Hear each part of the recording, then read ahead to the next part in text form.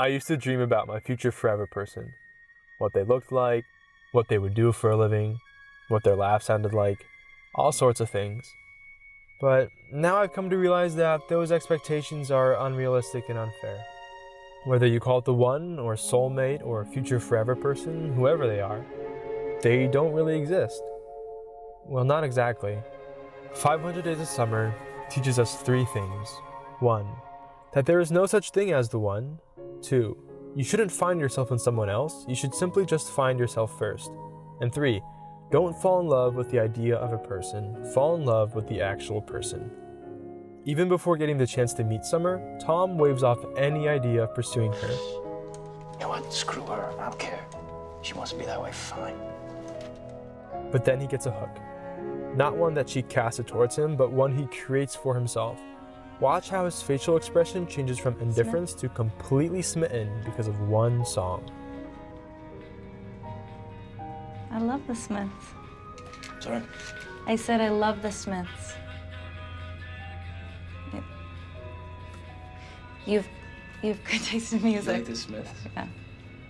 To die by your side is such a heavenly way to die. I love them.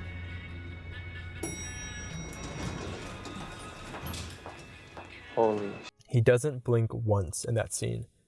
Tom's childhood was influenced by sad pop songs and pop culture, which ingrained within him the idea of the one. It's these cards. And the movies and the pop songs, they're to blame for all the lies. And the heartache. Everything.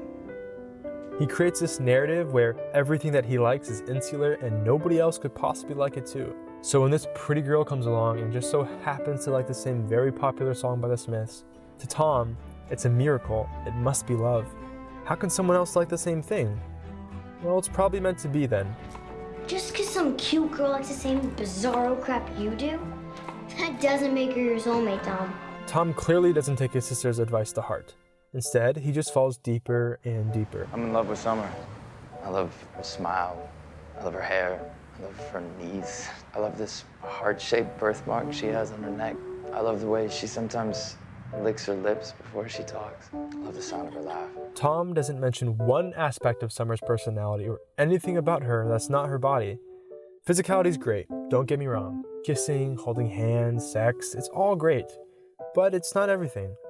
How can we know that Summer is compatible with Tom if we don't even know if he likes anything about her personality?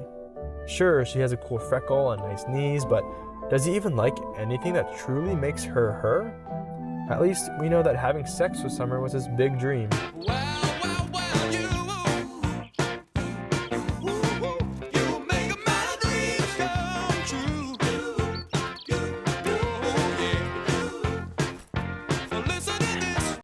Plus, Tom and Summer went different things. Summer just moved to LA, just got a new job. She likes being single.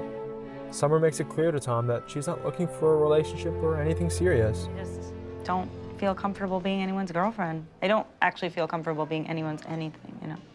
I'm not really looking for anything serious.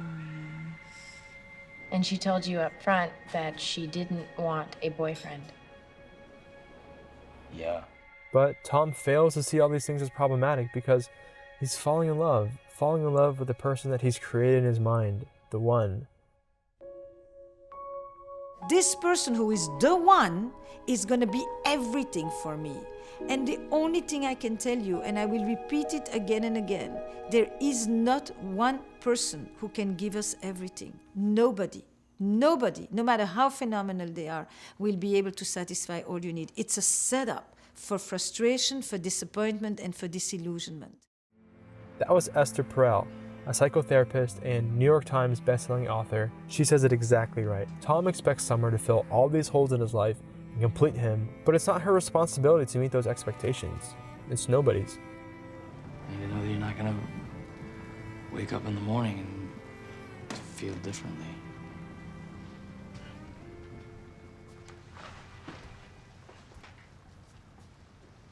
But I can't give you that.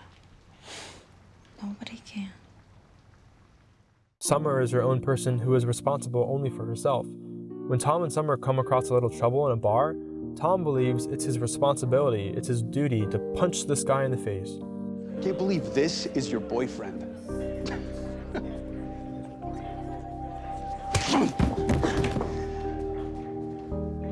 What are you doing?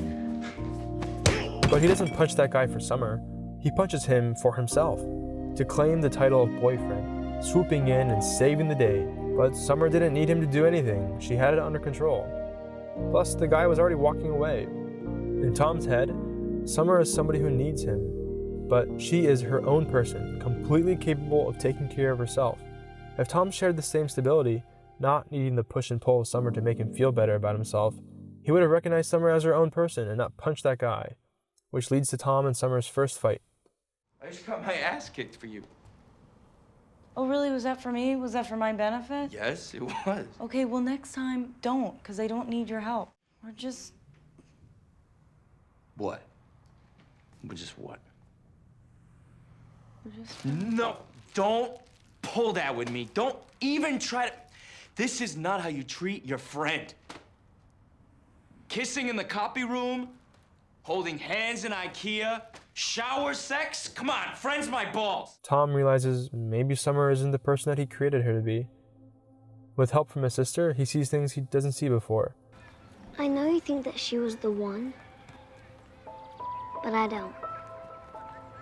No, I think you're just remembering the good stuff. Next time you look back, I really think you should look again.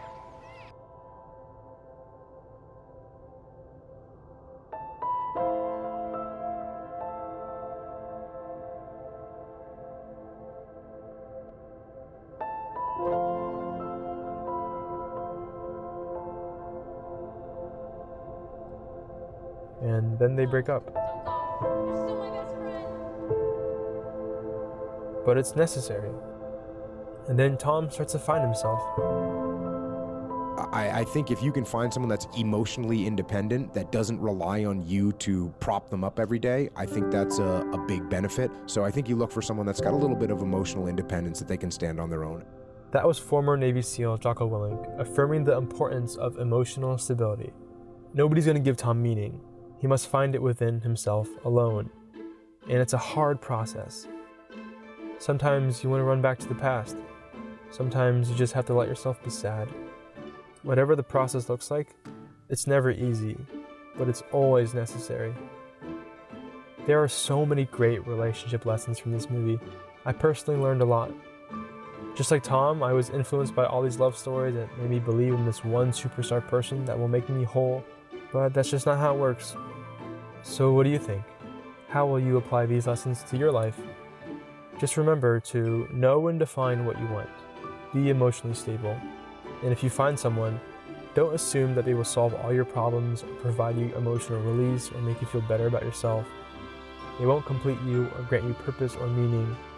And don't fall in love with the idea of them. The person who you create them to be in your head is not the same person. Fall in love with who they actually are. Everything that makes them beautiful and genuine and wonderful, but also everything that makes them frustrating or a little uneasy at times. Fall in love with someone real. You know, one of my favorite lines, it's not even my line, actually. He has a girlfriend. This character has a long-term girlfriend, and he says, Robin is better than the girl of my dreams. She's real. And that, to me, is like, that's this movie in a nutshell. Robin's better than the girl of my dreams. She's real. Do you have a story that taught you these lessons? If so, email us at filmlovestories@gmail.com. We would love to hear from you. Thank you so much for watching. Let us know if you disagree or agree with anything in the comments below. Consider subscribing and liking this video. It'll mean a lot to us. We will see you next time.